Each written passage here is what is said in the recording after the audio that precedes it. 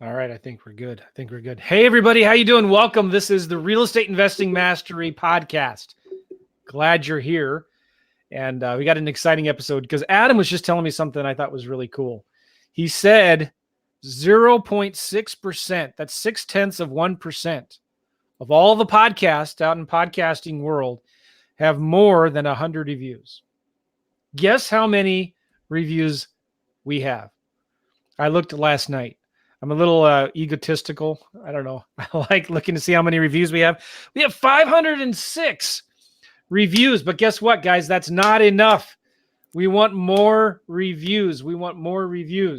So if you like this podcast, again, I say it every time, subscribe to the show, leave a review in iTunes and Spotify, in Stitcher. You can't leave the reviews in Spotify. You can leave reviews in Stitcher. Anyway, we're going to be in for a special little treat here with Adam. We'll get to him in just a second. We have met in passing briefly at events before. And I finally got Adam. I said, hey, let's get you on the show. Let's talk about what you're doing these days. But so this will be, Adam and I have never really had a chance to sit down and talk with hey, what's going on in your business?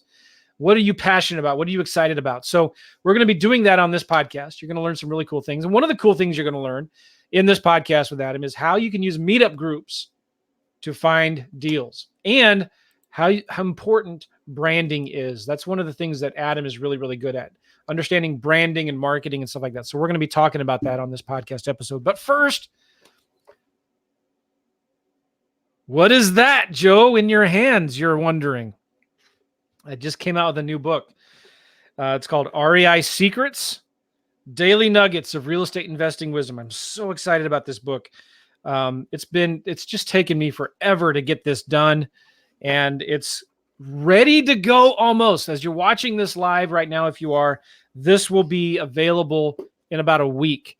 If you're listening to this on the audio podcast, it should be ready to go. Go to reisecrets.com, reisecrets.com to get my new book. And the reason I wrote this, each chapter is 2 or 3 pages long, talking about the 3 keys to success in this business: marketing, automation, and delegation. And every chapter is just a quick little bite-sized nugget of wisdom that you can take and apply to your business today that can help you start getting more leads, making more money. Like this chapter right here, it's called Stop Doing That, Start Doing This. Isn't that interesting? This chapter is called Never Stop Marketing. Ooh, I wonder why marketing is. What about this? Knowing what your buyers want. Why is that so important? This chapter, are you asking this one question? So these are really good chapters. You're going to get this book for free if you go to reisecrets.com, reisecrets.com, and just pay a little bit of shipping and handling, and I'll get it out to you. I'm excited about this book. It's so cool. It's coming soon. So, all right, enough of that. Adam Adams. He goes by AKA Triple Adams. How you doing, man? I'm fantastic. How are you? Awesome. Triple Adams. So what explain the name. Adam Adams. What's your middle name? Abel, Abel. Cool. I was born somewhere crazy, and my mom didn't want to remember all of that, so I got my mom's maiden name when I was 4 years old. Really? Yeah. Very interesting. On Facebook, you're known as Triple A Adams or Triple Adams? Everyone just calls me Triple A. Triple A. I love it. That's so cool. Okay, and I've seen you more on Facebook than anywhere else. You're pretty active on social media. And by the way, guys, if you're watching this right now, we've got folks all over the world watching right now on YouTube and on Facebook and on the Periscopes. So if you're watching this live, say hello, tell us where you are. Don't say anything about the St. Louis Cardinals baseball. I don't want to talk about them right now. They're not doing very well. So don't bring up any comments about the St. Louis Cardinals, but say hello. And if you don't say anything about the Cardinals, I will bring up your comments here, like Matt Reed. Great job. Thank you. And Skip Raymond. Do you know this guy? I probably do. I need to look him up so I can remember his face, because I see the Facebook symbol. I'm better with faces. Yes, Gary. I wish they would bring the faces in here. He's saying, going to leave a review now. Thanks, Gary. Appreciate it. Gary, another Gary, way to go, Joe. Thank you. Marco, who's a realtor. He says yes here. And then we got Andrew Elsden from Toronto, Canada. What's going on? Sorry about your Blue Jays. But we won't talk about baseball because I don't want to talk about baseball. In case you're wondering what I'm talking about, the Cardinals are in the playoffs and they just lost 3 games straight in a row, been humiliated. They've only got that 1 run in the last 3 games. 1 run in the last 3 games. And Washington Nationals are going to pretty much wipe them out of the playoffs tonight. So I'm a little depressed. But all right, enough of that, Adam. But we got a lot of people here watching. If you guys have a question for Adam as we go through this, please type them in the comments and the questions, whether you're watching this on YouTube or Facebook or Periscope, and we will pull that up here and we'll bring it up to Adam. So Adam, what got you started in real estate? How long ago was that? 2005. Is when I owned my first piece of real estate. But growing up in the 90s, my family's always had self-storage units and multifamily and single family and land. So I kind of got my start by growing up in a family that it was a normal thing to be real estate investors, at least on the side. I always thought it would be something that I just did on the side. And that started in 2005. And it was a side gig until 2016. So it took me 11 years of doing it on the side until I decided to pull the trigger and make it my only gig. So you went full time? Yeah. 3 years, okay. 4 years ago, three and a half years ago. Very cool. And what are you doing now these days? What does your business look like today? 2 things. The main focus of Blue Spruce Holdings, we buy larger apartment buildings. So we have a 250 unit apartment complex that is under contract right now. It's a value add property, and we're going to add value to it, make $10 million on it, share the profits with passive investors. That's really what we do. And I found myself teaching, coaching, and mentoring for free for a really long time, and I loved it. It just took a lot of time. And so I finally decided at the beginning of 2019 to just do coaching and mentoring and only help people that are paying me. And it's solved a little bit of issues. It's helped me be able to focus more on the business and be able to just selfishly, for the first time, because I'm a very unselfish person. But for the first time, I can say, look, I need to save this time for my coaching clients. But so it's new to me. Yeah. And we have a mutual friend, Sean McCloskey, who talks a lot about that. That's one of the biggest things I've learned from him is to value your time, have boundaries, things like that. Right. Yeah. Cool. I got to tell you, man, your microphone sounds really good. Oh, good. How does my sound? Yours sounds excellent, but this is the second best one I could find. The best one was $500 and this one was $65. Is that a USB mic? It is. It's a USB mic. I am shocked. It sounds really, really good. Or else you just got a good voice for radio. No, it's not my voice. No, the other one that we have, it's like a $500 mic, and you have all of the mixers on top of that. And this one sounds almost as good. It sounds great, and it's a USB mic. $65. Going Amazon. Right into your computer. Yeah, straight into the computer, in the back of the computer. No mixer. You're not doing anything with it to. No. Is it on a good mount? Because I don't hear anything else in the background. Is your room soundproof? It is. Stuff? Yeah. You'll see. I've got my whole. Oh, you got a professional. My whole room setup. is soundproof. Oh my gosh. How do you keep your desk soundproof? Because when I had a USB mic, anytime I would tap the desk like I'm doing now, you could hear it. Good question. Can you hear that? Yeah, but it's different. Okay. Yeah, I don't know. It's got this suspension system here. Yeah. So I think that helps a little. What do you think of my mic? Does it look cool? It looks a lot cooler than mine. I'll tell you what, yours looks a lot better than mine. I'm really proud of my mic, but I wish I had a better. Yours sounds better, but anyway, okay, enough of that. Sorry. Well, guys. We'll talk about it after. I'll share with you the Amazon link where you can get it shipped to your day within a day. Shipped to your house within a day. I've bought so many mics. I'm done buying microphones, so I'm going to stick with this one. But it sounds good. Okay, so the big apartment buildings. What Yeah. got you interested in that? Like, did I'm assuming you started off with houses, single family homes, right? Close. Okay. Yeah. So first off, my dad's been in all sorts of things, commercial, self-storage, whatever, land. And in 2005, I got my first piece of land. It was a tax deed acquisition. My dad actually is the one who bought it by writing a letter. He wrote a letter to this person on a tax deed sale and basically said, "Hey, you're about to lose your land. Would you rather just make $100 off of it and I'll take the risk? And the $100 will be for a quit claim deed." And then the guy said, "Yeah, let's do it." So he went to the bank, did a quit claim deed, got it all notarized. And now my dad was the owner. And this was October of 2005. And then a couple months later, my dad was like, I was in college and my dad had been trying to get me to be in real estate since junior high. And so he finally just gifted me this piece of land. Was it vacant, rural, very rural land? It was a cabin lot, and it was Aspen Hills Owners Association out in something county, Utah. And at the time that we had purchased it, there was no water or electricity to the cabin lots.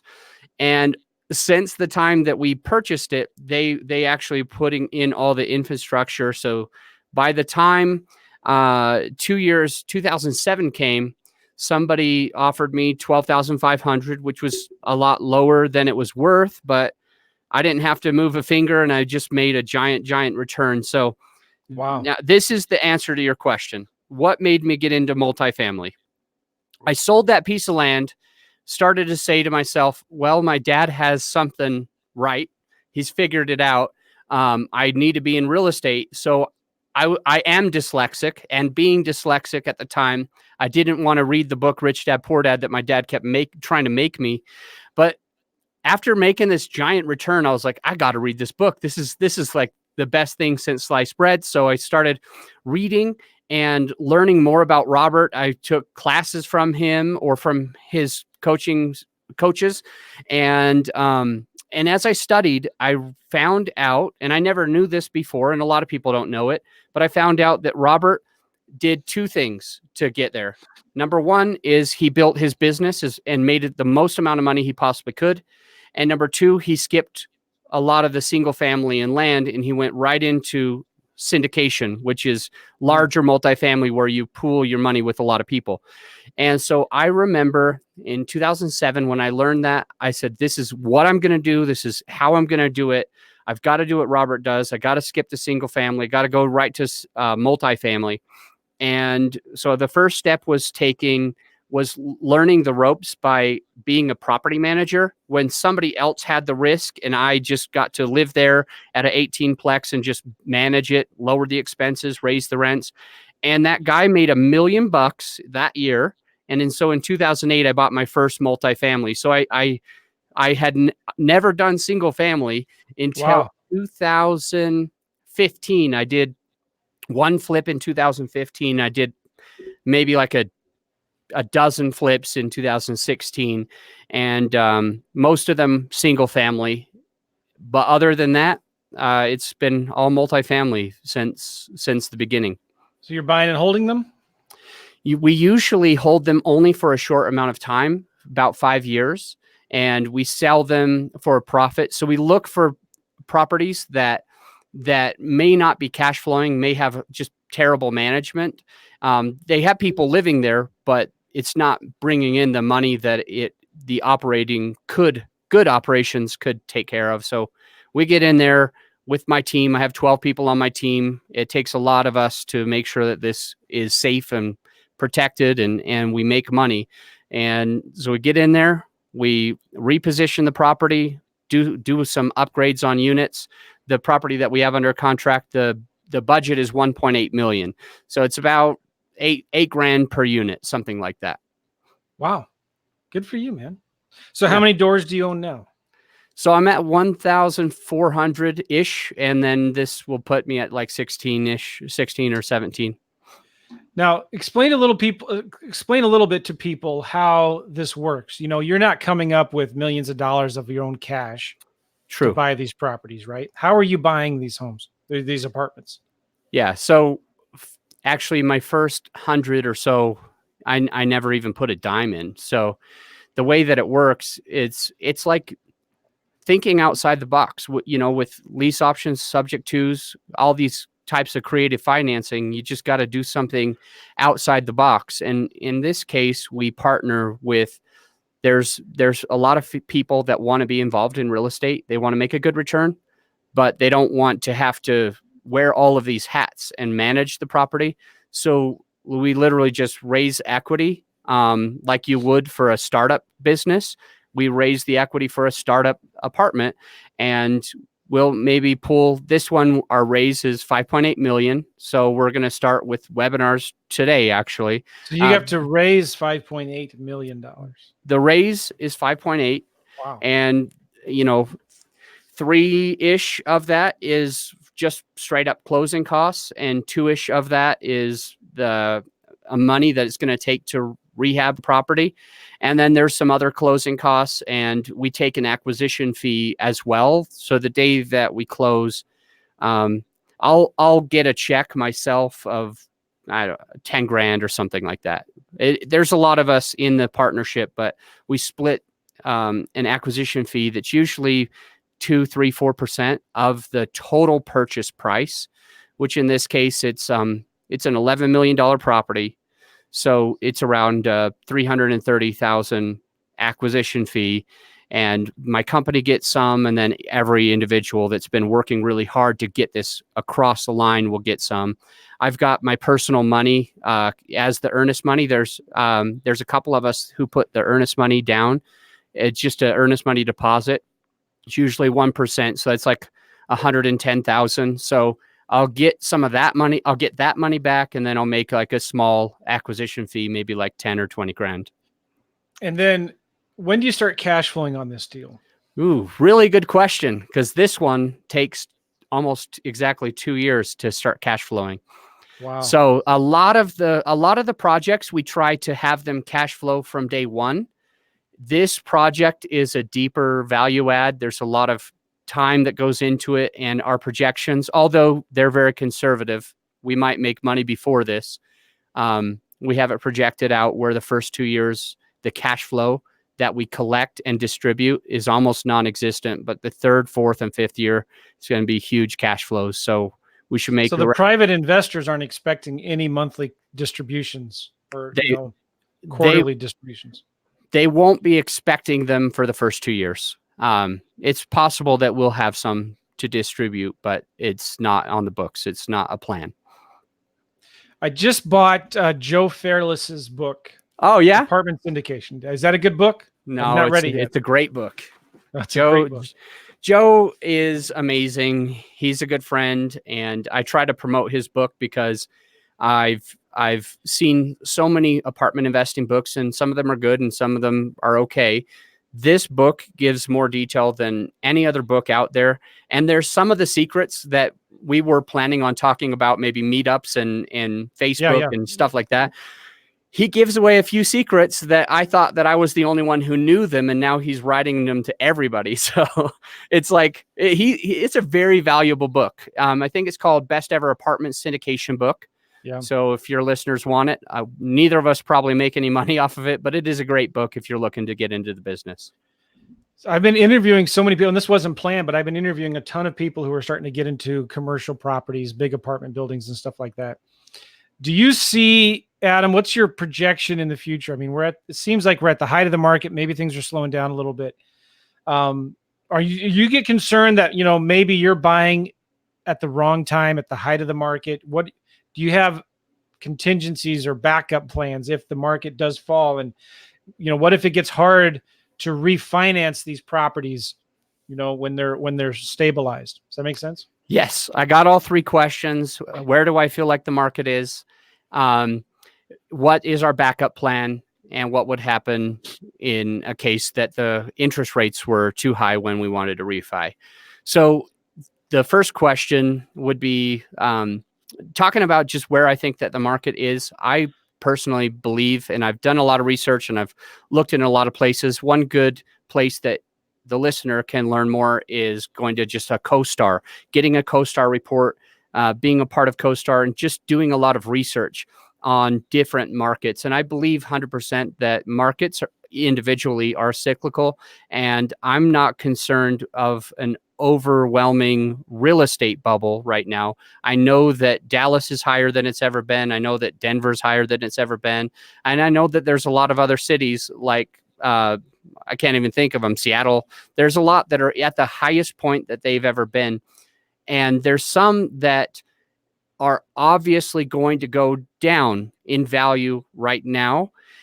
But I believe that there's all, at the same time as some markets have been oversaturated, have not enough people coming in, not enough jobs, the wages aren't increasing, and people are moving out. The taxes are prohibitive. There's also other markets that are doing great. So just to give you an example, I believe wholeheartedly that Oklahoma City is one of the best markets right now. And Oklahoma City has been growing 1% year over year for the past 10 years. If you look at the CoStar report that I told you about, it will be growing 1% year over year for the next 5 years straight, which is about the amount of time that we plan to hold it.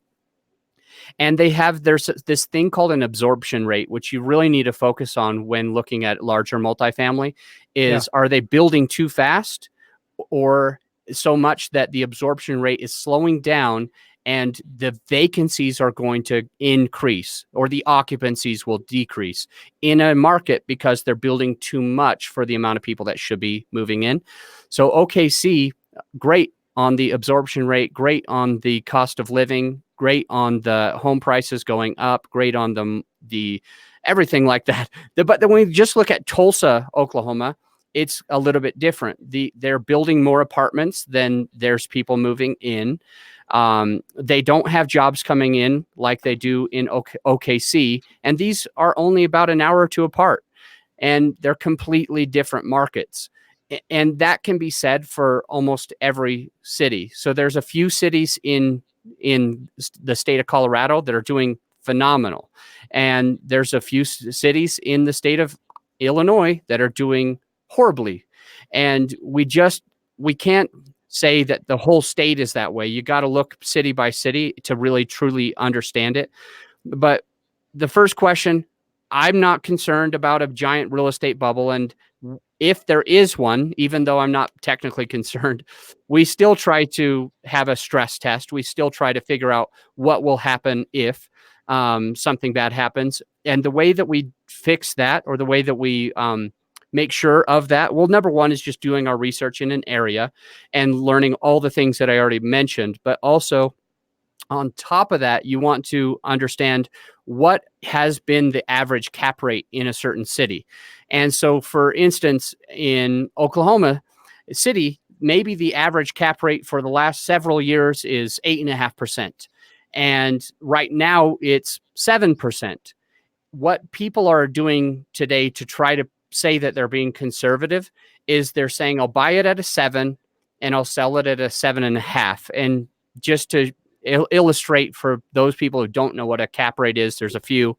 The higher the cap rate, the cheaper the property. So when I say you're buying it at a 7, you're selling it at a 7.5, what I really mean is you're buying it at 7% of its income and you're selling it at 7.5% of its income, which means you're selling it at a discount. You're selling it for lower than you paid, which means you could lose money, which means they think they're being super conservative. But I don't think you're being conservative yet until you look at the history of that market for the past 20 years. And if you're seeing that it's been selling for 8.5, then you're not conservative at 7.5. You're conservative when you get to the 8.5 to 9.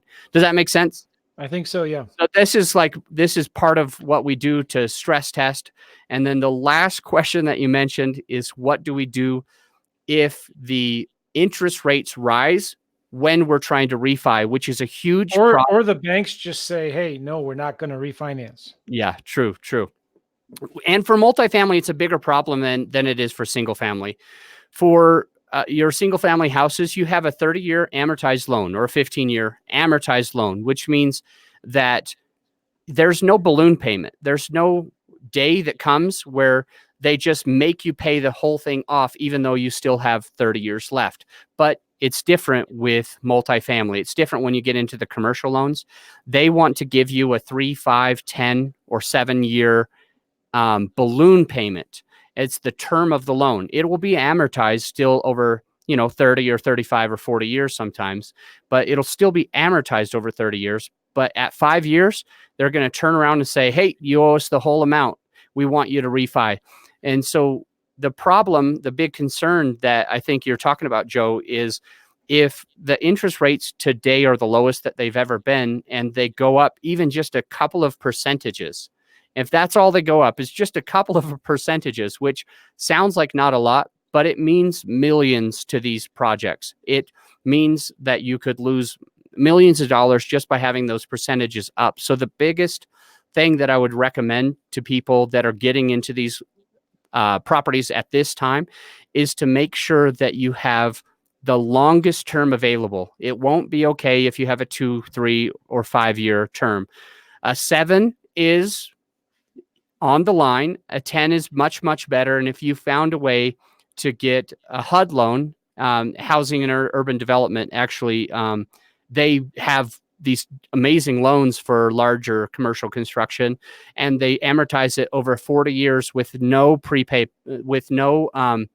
balloon payment. So you just got to focus on what type of loan you're going to get. And we usually try to get agency debt, and we try to get it for 10 or more years. That's going to be the safer way. It doesn't take all of the risk out. In 9 years, the interest rates could be great. And at the exact 10th year, we could be in a worse off position. So very, very good feedback. But if you're buying for these larger properties, you can still get cash flow, and they go off of this thing called a DSCR, a debt service coverage ratio. It's really how it's one of the main ways that these are valued, and one of the main ways that the banks know that they're protecting themselves. So when you look at the worst of times, I know I've been talking a lot, but this part's important. This is good. Keep on going. Yes, yeah. So when you look at the worst time, in our recent history, in about 11 years ago, in 2006, 7, 8, there was a pretty big bubble. And in 8, 9, and 10, a lot of homes were going to foreclosure. I'm sure the listener probably knows a person or two, a friend or a family member who was really struggling to pay their mortgage at that time. This DSCR really stands out when we look at the big crisis. What most banks want to see when you buy larger commercial construction, larger commercial buildings, is they want to see that your debt service coverage is at a ratio of 120%, or 1.2, they call it, 120% of the mortgage. This is what the bank does to protect themselves, to know that even in a downturn, if it goes down by 10%, you can still pay your mortgage. So they go off of this DSCR. If you do what we do on my team, we look for a 1.6% DSCR, which is 160% of the mortgage cost. So basically saying that if you look at the difference between large multifamily and single family back in the day, single family had a pretty bad default rate, and large multifamily had 0.8. So it was less than even 1% default rate in 2008 and 9, when there was a lot of houses going to foreclosure, because the banks were focused on this, making sure that you could cover your debt service coverage ratio, 1.2, 1.25, 125% of the mortgage. Well, my team goes the extra mile, even though we know that there wasn't a lot going on or being passed back to the banks in that time. We look for a 1.6 or 160%.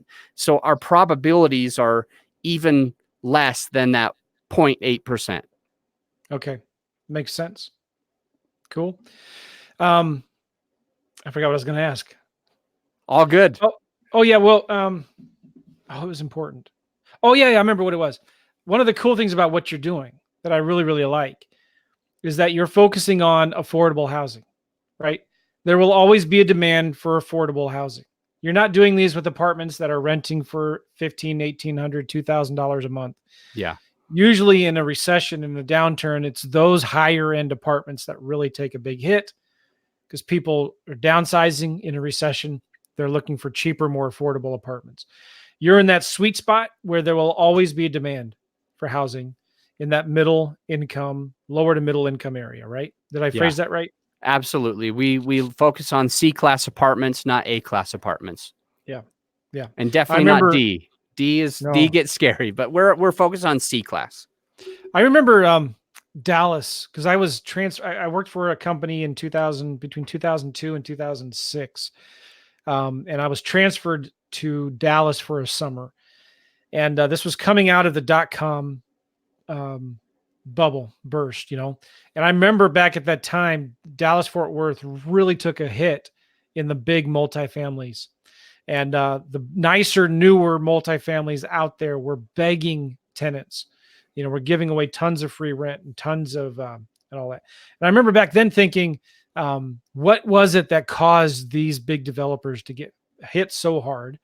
And I think that was one of the main reasons. Maybe it was they were over leveraged or undercapitalized, or I don't know what the words are, but like these were apartments that were nice at one time, but when the economy took a dip, those nicer, higher end apartments really got hurt hard. Would you agree with that?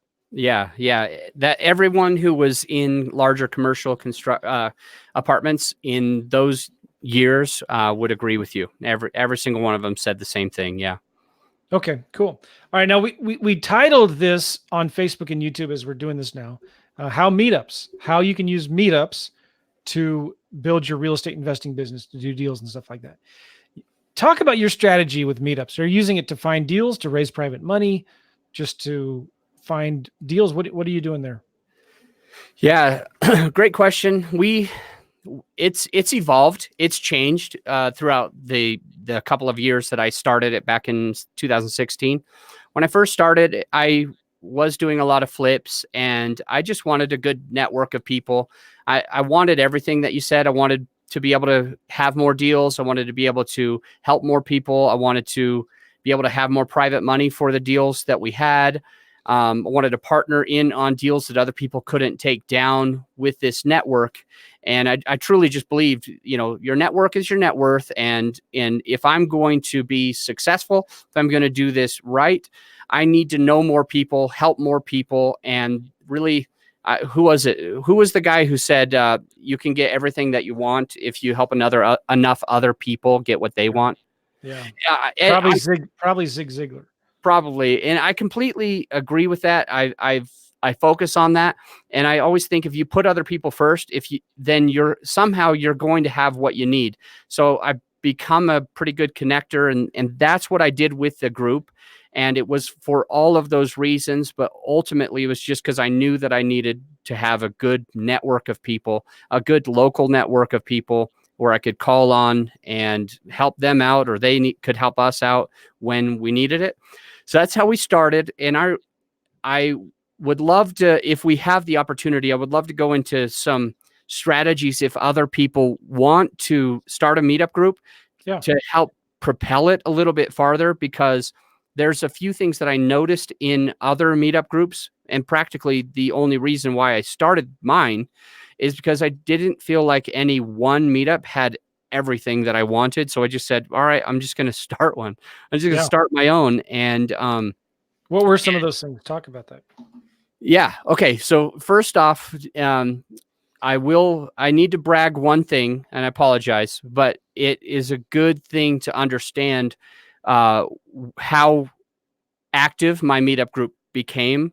We're last year in 2018, we hosted 200 and something events, and we were world renowned as the 6th top meetup on the planet out of 225,000 meetups. Serious? What market are you in? So Denver. Wow. Okay. So It's the most active and highest rated meetup in the state of Colorado, and I don't know where we are in the country, but I know we're 6th in the world. And the point is, it wasn't to brag, but it was to explain, like, these things that I'll share are they're very impactful, and they will change your meetup if you decide to have one. And the first $4.2 million that I raised for my syndications came from my meetup that wasn't even about syndications. So just let it sink in. Meetups can be very, very powerful. It can be a really good start to what you do in your real estate business. So what did I do to set it apart to become that? Well, by the way, before we get there, yeah. What is the name of your REIA? Can we look it up on meetup.com? Yes. Yeah. It's put in, just go to meetup.com/Blue Spruce, my company, and that'll find that specific REIA. I am a part of 13, that I'm a leader in 13 different ones, but that one is the one that has like more 5-star ratings than any in practically the world.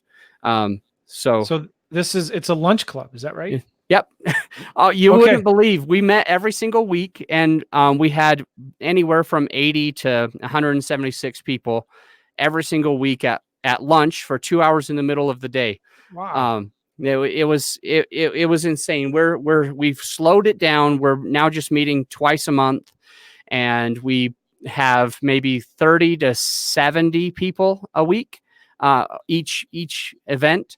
I got tired of, I got exhausted. I got burnt out of doing 5 a week. And so now we're doing basically 2 a month. So, but how many other meetups are you involved with too? So there's a bunch of them. In Denver or around? All of them are local. Like there's one in Boulder that I'm the organizer of, but not the host of. There's a real estate technology one that I'm the organizer of. There's Denver Apartment Network that I am the organizer of, and one of my coaching clients is actually taking it over to be the host of it. And there's a lot more. Like I couldn't go over all of them without having it in front of me. But yeah, last year we had Creative Real Estate Lunch Club of Boulder, Creative Real Estate Lunch Club of Denver, Creative Real Estate Lunch Club of Fort Collins, Creative Real Estate Lunch Club of what was the other city? It is down south. For some reason I can't think of it, but it starts with a C. It's a really nice area. And all 4 of those met every week. And then I was hosting this other thing called Colorado Brokers Association, because I used to own a brokerage and I wanted to bring in more brokers. And I was able to bring in like 16 brokers because I started that group, and, helped out the bottom line, stuff like that. But right now I focus mostly just on the lunch club and just making sure that it stays one of the top meetups on the planet. That's excellent. Good for you. So talk about, what are the biggest benefits? Why would somebody want to start a meetup group? The biggest benefits, I mentioned one of them was I raised private capital, 4.2 million in 1 year from that lunch club. Now, to raise I wanted to ask you about this too, to raise the money, do you have to create the 501(c)(b)s, whatever? Or when you're raising private money through friendships like this, is it a little easier? Does that make sense? Really good question. I'll try to answer it. You're really supposed to, I don't want to be an attorney. I'm not one, and I don't want to play one. What I feel as though is the right thing to say is that if you're ever raising money, you should just do it legally. And most of the time that means that you should either file an exemption or register a security. Okay. So one of two things: you got to file an exemption or register a security. Other than that, you're probably not totally legally compliant, but talk to your own securities attorney. I use Jillian Sidoti. She's great. Gene Trowbridge, her partner, if you want to reach out to them. But so registering a security, it takes a long time and it costs a lot of money. And if you're doing real estate, you're 99% not going to be registering a security. You'll probably be filing an exemption from registering a security, but you actually have to file that paperwork with the Securities and Exchange Commission to show that you're doing everything right, and you have to have an attorney on your side. You got to draft the right paperwork. So it might cost somewhere around $20,000 in legal fees in order to be able to raise money legally from multiple people. And that's what we do every single time we have a deal. So I mentioned that the deal that we have under contract right now, I have $113,000 of earnest money sitting there. We also have a bunch of money in legal fees, about 20 grand just already we paid in legal fees. And we have a few others, but don't let that overwhelm you. If you want to get into this business, you can partner with people that have the money. The first 100 or 200 doors that I did, I didn't have to use my money. I had good partners that had the capital to do that.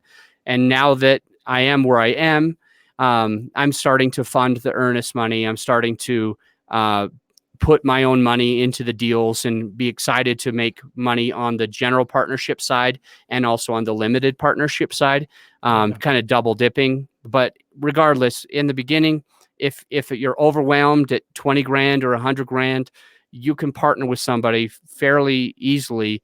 There's so many parts of the multifamily space that there's many different general partners that are needed in order to make a deal go across.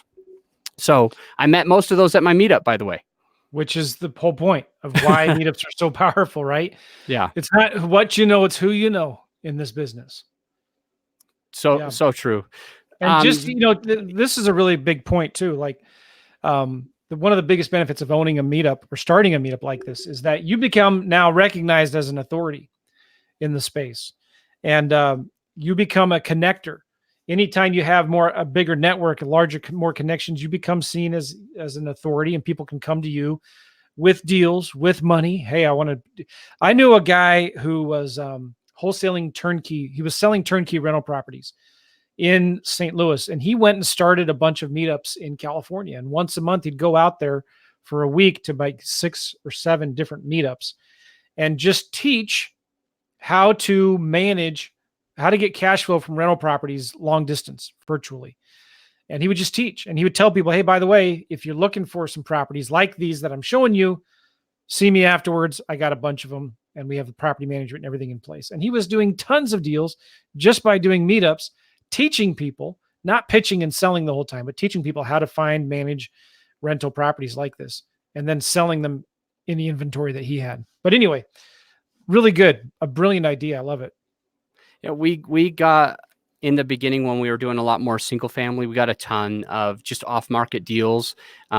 Just people would have a deal tied up and they wanted to wholesale it. They wanted to co-partner on it. They wanted to offload it. They didn't know what to do with it. And they asked us, and our company, had made a lot more deals just because just like you said, we were the authority. I didn't feel like an authority, when I had the meetup. I didn't feel like I was any different than anyone showing up. We were all learning together. But the truth is that everybody who showed up felt like Adam Adams or Blue Spruce was the authority. They're the ones who host it. So rather than pass these deals off with everybody else who's coming, I'm going to reach out to Adam first. And it was extremely effective it still is very, very effective. We get a lot of passive investors through it, and we've gotten a lot of deals through it for sure. Do you, if somebody were to come to you and say, hey, I want to start up a meetup, what would be some things you would tell them to do? Okay. Number one, differentiate yourself from other meetups. Very, very important. And so you're going to have to do some recon. You're going to have to understand, when do the other meetups meet? What time do they meet? What days do they meet? How often do they meet? How much do they cost? Are they free? Are they $200 a year? Are they $20 per time that you come?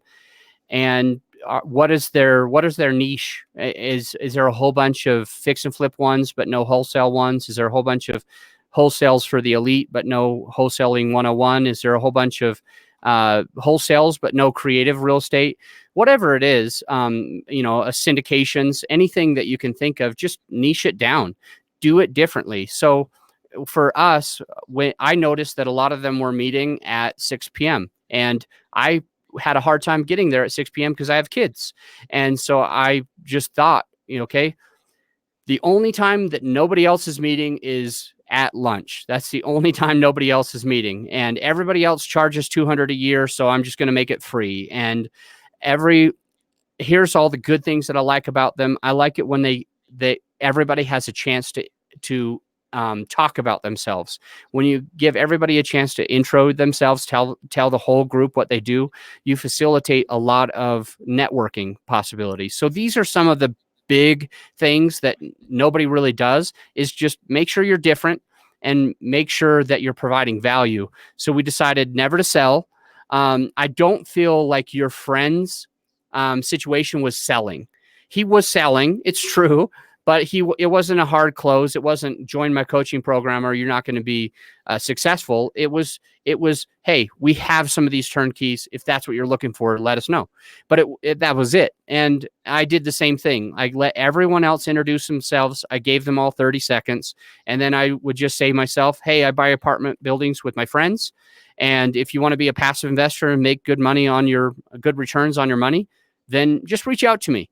And that was my only pitch. It was never a hard sell. It was never, you have to do this or else. It was just, this is what we do. And it was consistent. And people started saying, oh, you got to meet Adam Adams. He invests money and other people's money in large apartment commercial buildings that are safer and they can withstand the downturn, whatever. So other people started talking about it. That's Good. all important. Other things that you can do, that you need to do, is number one, you got to have everybody fill out their email address. It's not good enough to just be mentioning it on Meetup that you have a meetup. You also got to talk to your warm audience that you have a meetup. So the problem is most people are afraid to ask people to sign in. And that's because most people are normal and they don't want to sign in. You don't want to sign in. I never want to give my email. Almost nobody that comes wants to give their email, but I have a trick for you that helps a lot. Have a warm smile, shake their hand, greet them with happiness, and just say, really good to have you. I'm glad you're here. Hey, make sure you sign in and I want to talk to you after. So you basically give the person the instruction. You're going to sign in, then you're going to go in and we're going to talk after. So they hear that and it feels more comfortable. They're like, oh, okay, I'm just going to sign in. They kind of forget that they didn't want to because of how you approached the situation. But you have to have those email addresses, and then you have to have MailChimp or ActiveCampaign or something where you put those emails where you can do some type of mail merge and say, hey, Joe, hey, Adam, we're going to have a meetup. You should come. And it can be a little bit more, it's easier on you because you can send it to hundreds of people at one time. And they can feel like you're sending it right to them. And that comes to another thing that I just personally believe, that people think of their mail list as just this massive spam. They're like, oh, this is what I have to do for a mail list. I have to say a million things and it has to be professional. The way I do it is completely different. I say, you got to say one thing and it has to be personal. Okay. Not a million things that are professional, one thing and make it personal. Hey, Joe, are you going to make it to the meetup tomorrow? ? That's enough. And then Joe responds and they feel more accountability. And that's the way that I've gotten a massive amount of success of people. They're like, oh, thanks for reaching out to me. I forgot that it was tomorrow. But we used mail merge. We used MailChimp, and it was very, very easy to send it. And then I just had to follow up. But that follow up is what really makes you start doing more deals with people. Anyway, that's very important. You got to do it. Another one that I would say that you absolutely have to do, I would say, tone it down on the sales. Tone it down on the sales. You've got this meetup because you want your business to grow, but play the long game. Don't don't think that you have to sell everybody who's there like that day. You just be genuine, be helpful, and they will refer the right people because they know, like, and trust you. So I feel like a lot of people just, they want it to move too fast. And when it moves too fast, it's like those people who try to propose to their date on the very first date. It's so uncomfortable. It's so awkward. And that person's never going to see you again. So just relax and enjoy your date. Have a good time, get to know each other, and have another date and have another date. And one of these days, they're going to probably ask you to marry them. They're going to be like, hey, can I invest in your next deal? So play the slow game. That's the next thing that I would recommend. And I don't know if you do giveaways, but I have like the 6 top things that affected my meetup. They have to text a word to a number. Is that fine? Yeah, I'll put it here in the banner. Go ahead. Okay, so if they text meetup, literally just meetup, one word, to 555-888, that is the 6 things that really made our meetup stand apart. I think I mentioned 3 of them already, but they can get those 3, read more about them, and have the other 3 if they want to learn more about Meetup. So text the word meetup, MEETUP, meetup to 555-888. 555-888. Yeah, so it's 6 digits. It's 6 digits. 555-888. 555-888. Nice. Okay. I love the meetup strategy. I know a guy who goes to a meetup somewhere in, I think it's Nashville. And you were talking about making your stand out, be different. Their group is called Deals, Deals, Deals. I love that. Okay. If I were to ever start a meetup, that's what I would call it. I'd have to steal their name. I don't know if it's trademarked or not, but if it is, I'll call it Deal, Deal, Deal instead of Deals. I don't know. But yeah, you're totally right.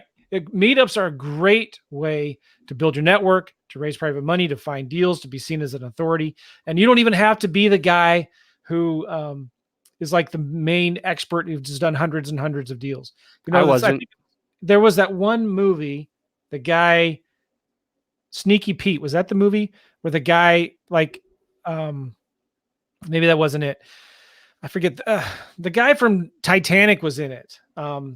DiCaprio, whatever. Leonardo. Yeah. Yeah. The character that he was playing, he went in when he was doing his stuff he went in to sit in a college class, and the teacher never showed up. So he just stood up and taught the class, and he taught it for the entire semester. Okay. And they asked him later, how did you do it? What did you do? And he just said, well, I just read the next chapter. I was always one chapter ahead of of the textbook. And that's how he taught the entire class, a college level class that he had never taken before. He taught it as the quote unquote fake professor because the real professor just never showed up. So anyway, I'm saying all that because you just stay one chapter ahead of your students and attendees there. You'll do really well. So go to text the word meetup to 555-888 and Adams will get you some more information on that. Cool. So Adam, we got to wrap up here. How can people get more information about you? And if they're in the Denver area, how can they reach out to you at the meetups, or what do you recommend? Perfect. The best, easiest way, they can text the 555-888 meetup. They can text that. But if they just want to learn, get my bio, get my email, get my phone number, schedule a call with me, learn about my company, what we're doing, see my podcast, everything's at one hub, realbluespruce.com, REALBLUESPRUCE.com. I'm going to put it, is that right? Real Blue. Yeah, that's right. Very cool. There you go. Man, all right. Are you coming back to St. Louis anytime soon? Yes, I am. I don't have it on the calendar yet, but I'm going to be again with Sean McCloskey coming back the next time we have a boardroom. The leadership boardroom. Yeah. Cool. Yeah. All right. So definitely we'll have lunch or breakfast or something. Perfect. All right, Adam. Thanks for being on the show, man. Really appreciate it. Guys, again, if you like the show, leave a review. Well, you have a podcast, Adam, don't you? What's your podcast? It's called Creative Real Estate. Well, Creative Real Estate Podcast.